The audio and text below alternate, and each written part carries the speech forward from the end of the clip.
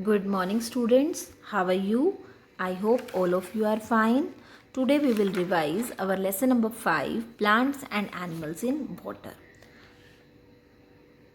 So as its name is Plants and Animals in Water, that means we are going to talk about aquatic organisms. The organisms which live in water. We call them aquatic organisms. It includes plants as well as animals. So the plants which live in water, they are called aquatic plants, and animals that live in water are called aquatic animals. So in this chapter we will learn about aquatic plants and animals. Habitat is a place where a particular type of animal or plant is usually found. Yes, this is true that habitat is the place where a particular type of animal or plant is usually found. So, it is their natural home. It's not a zoo, it is a forest for a lion. Organisms are categorized according to their habitats. Organisms like trees, ferns, elephants, camels, they live on land. Even we, human beings, we live on land. So we are terrestrial organisms. Organisms which live on land. Next is water hyacinth. It is a plant, fishes and prawns, and even more animals or plants like lotus, water lily, crabs, turtles, all they live in water. So they are called aquatic organisms. Monkey and squirrels, they live most of the time in trees or their branches. So they are called arboreal organisms. Arboreal organisms are those organisms which spend most of their time on trees. Birds, bats and some insects which can fly, they spend their most of the time in flying in air. So that means they are called aerial organisms. So on the basis of their habitats, we divided organisms into 4 categories: terrestrial, which live on land; aquatic, which live in water; arboreal, which live on trees; and aerial, which live in air. So in this lesson we will learn about aquatic organisms. Aquatic plants. There are 3 types of aquatic plants. One is the free floating aquatic plants, second is rooted aquatic plants, and the third one is submerged. Free floating, as their name is free floating, so they are not connected with soil. They remain in contact with water and air but not attached to the soil. Examples are Wolffia, Pistia, water hyacinth. They float on the surface of water. It can be a pond or lake. These plants have spongy stems which help them to float. And second is rooted aquatic plants with floating leaves. So as its name is rooted aquatic, that means they are attached to the soil but their leaves float on the surface of water.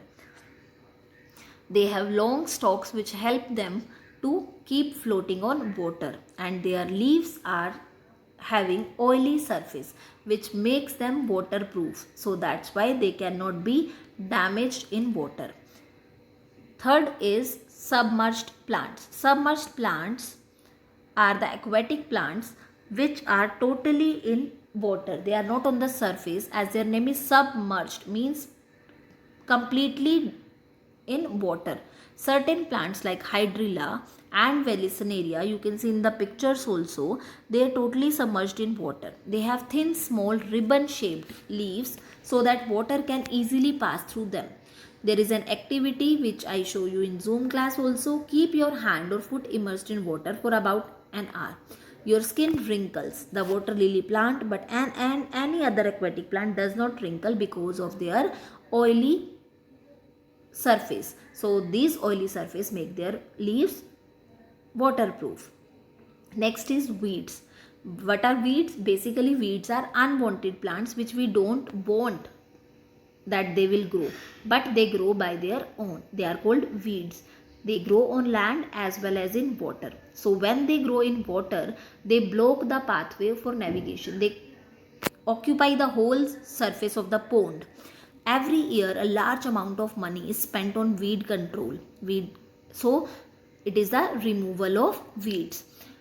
So there are 3 types of plants: free floating aquatic plants, rooted aquatic plants and submerged plants. Now we are going to discuss about aquatic animals. Animals which live in water are called aquatic animals.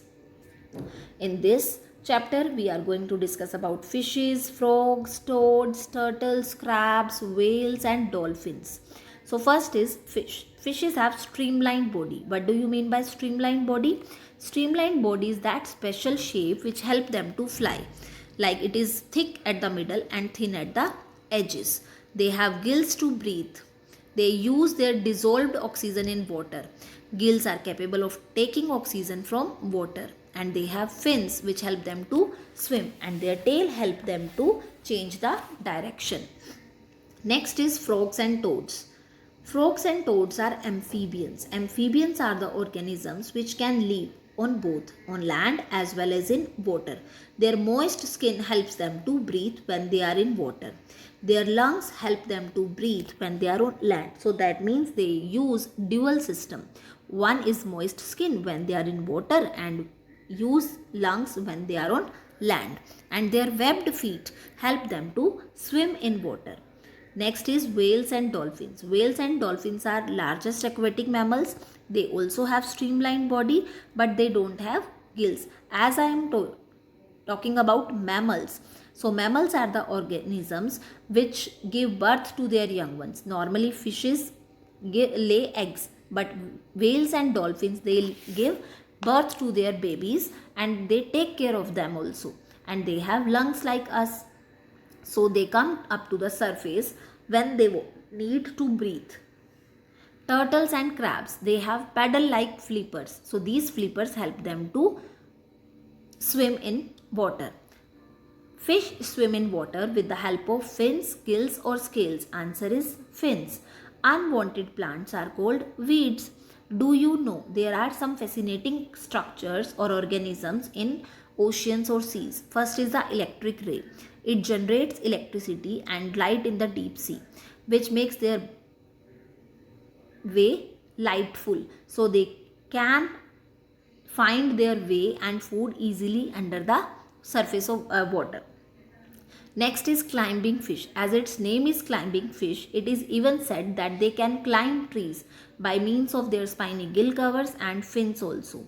It leaves the water at night and moves on the land. Yes, it is a fish, but it can move on the land, but the condition is that the land is moisturized. It is wet. It should be wet. Next is fusilier fish. It travels in groups always to protect itself from enemies. Now, the last topic of this chapter is humans a threat to aquatic life. Why I am saying this? Because humans are mainly responsible for the water pollution. We make rivers and seas dirty by throwing garbage in it, by throwing sewerage water or waste from the factories, which is called water pollution. The addition of unwanted things in water causes water pollution. Water pollution is caused when sewage, dirty water is thrown into rivers and seas, harmful waste from factories, and there is a leakage of oil or any other toxic material. So aquatic plants and aquatic animals are in danger due to this pollution. So we should try to stop it, and we can save our aquatic life, because each and every organism make a balance in our nature. So we should try to save them. Thank you. Have a nice day.